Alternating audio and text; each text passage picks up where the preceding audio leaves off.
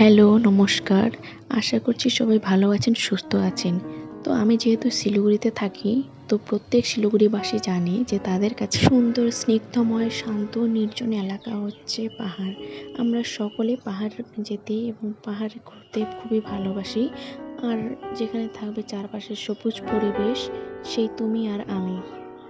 আর মাত্র হাতে গোনা ২-৪ মানুষজন। আর আমাদের মধ্যে একটা কমন ব্যাপার জানেন তো, সবাই যেখানে যাই সেটা পাহাড় হোক বা সমুদ্র, কোথাও ঘুরতে যাবো আর খাবো না সেটা তো হতে পারে না।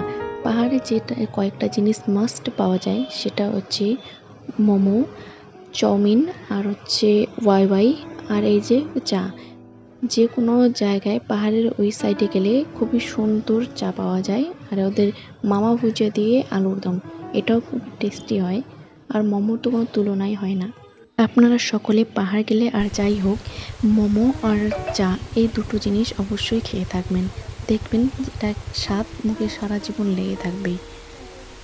আর এই জায়গাটা যেখানে আমরা গেছি সেটা হচ্ছে রোহিণী সাইডে। একঘেয়েমি জীবন থেকে বাঁচার জন্য ঘুরে